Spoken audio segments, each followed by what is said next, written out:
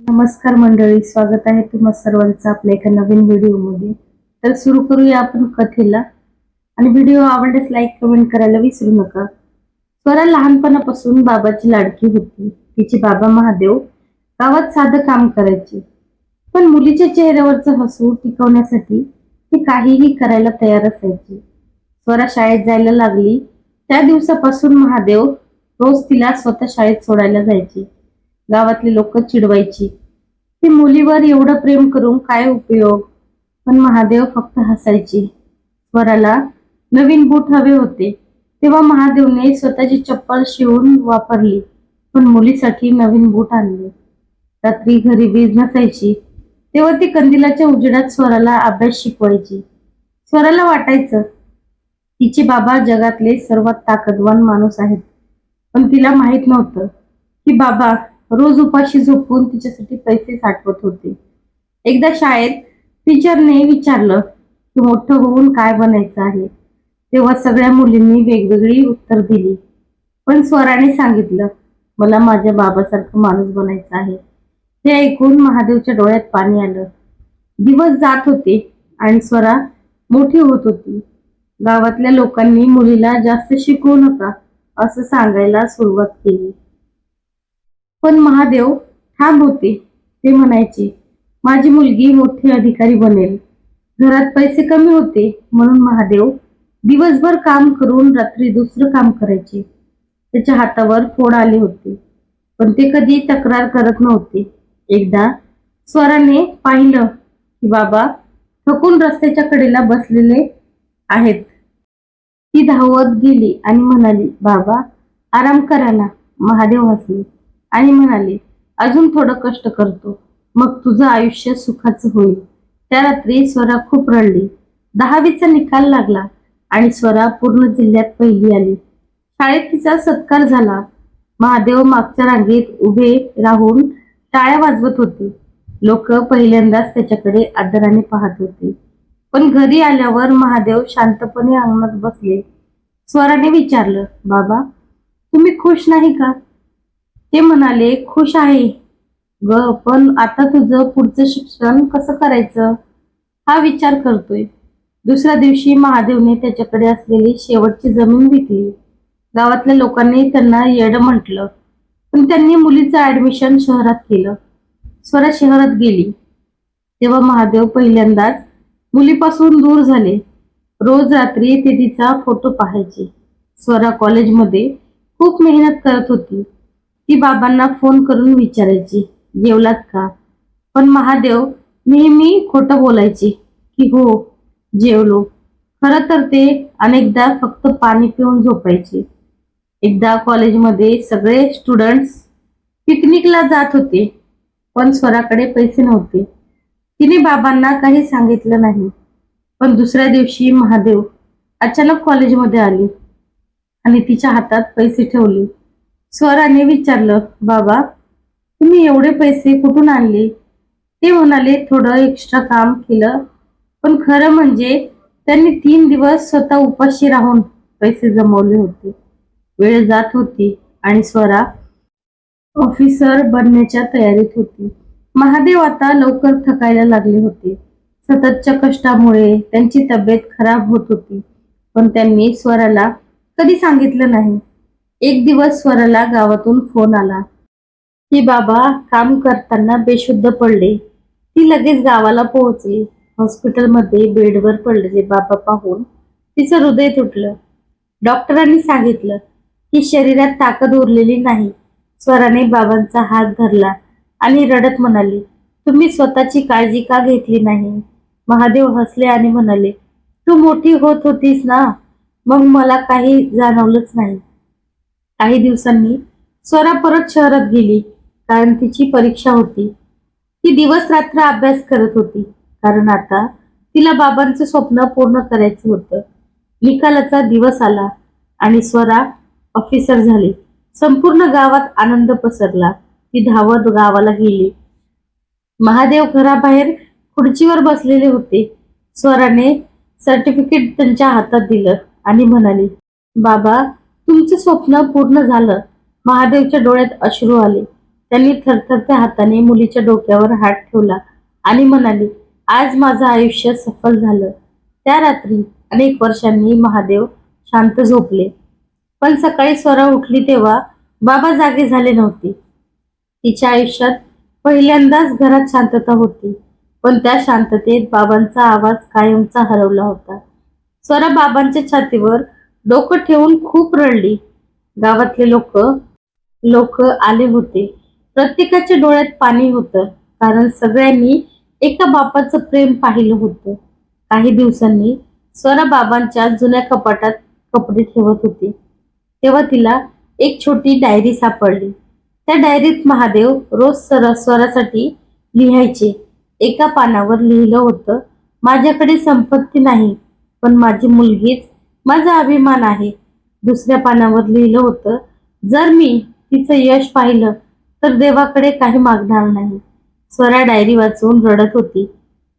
तिला जाणवलं की बाबा कधी मोठमोठ्या शब्दात प्रेम व्यक्त करत नव्हते, पण त्यांच्या प्रत्येक कष्टात प्रेम लपलेलं होतं.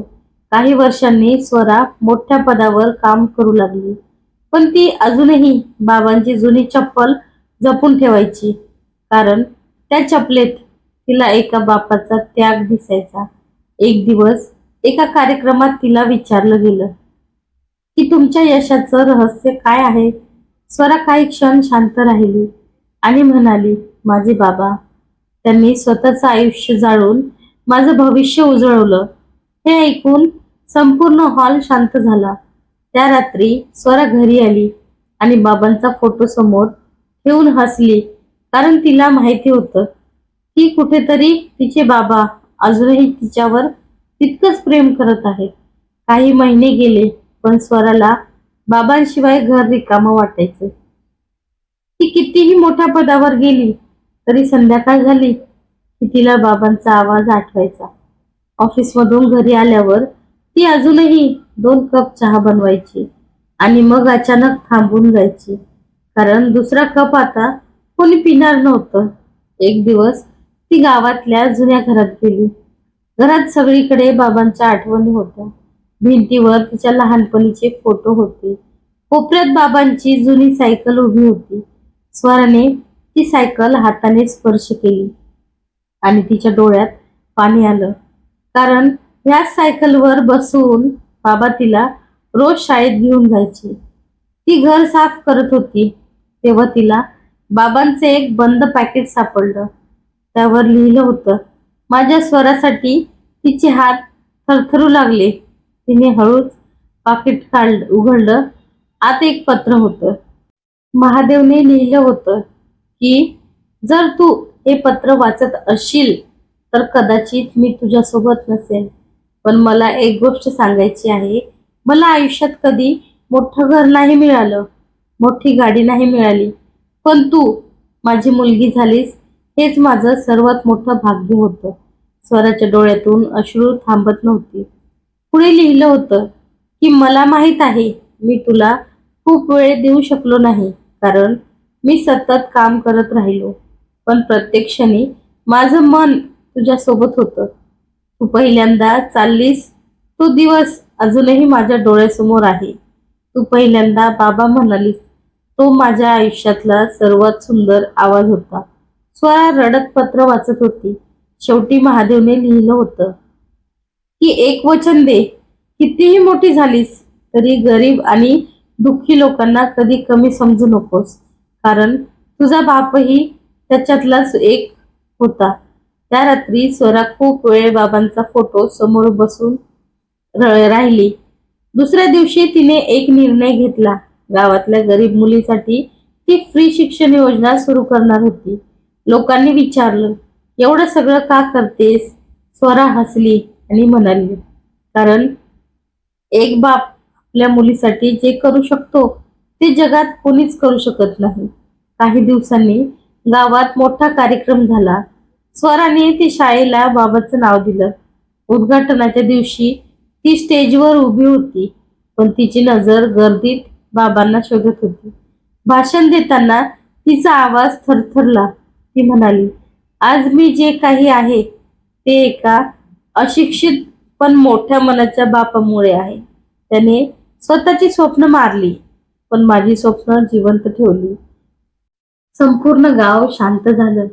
अनेकांच्या डोळ्यात पाणी आलं. कार्यक्रम संपल्यावर एक छोटी मुलगी स्वराकडे आली आणि म्हणाली, ताई, मलाही मोठं व्हायचं आहे. स्वराने तिच्या डोक्यावर हात ठेवला आणि तिला बाबांची आठवण झाली.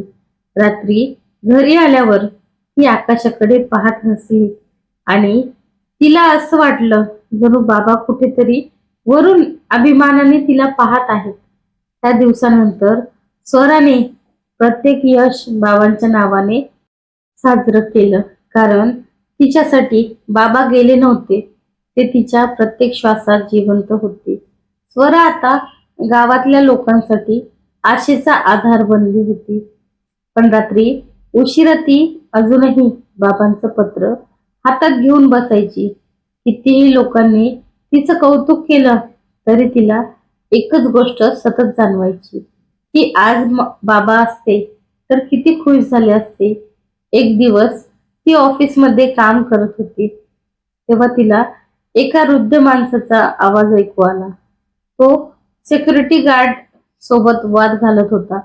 स्वरा बाहेर आली तर एक म्हातारा माणूस हातात फाईल घेऊन उभा होता.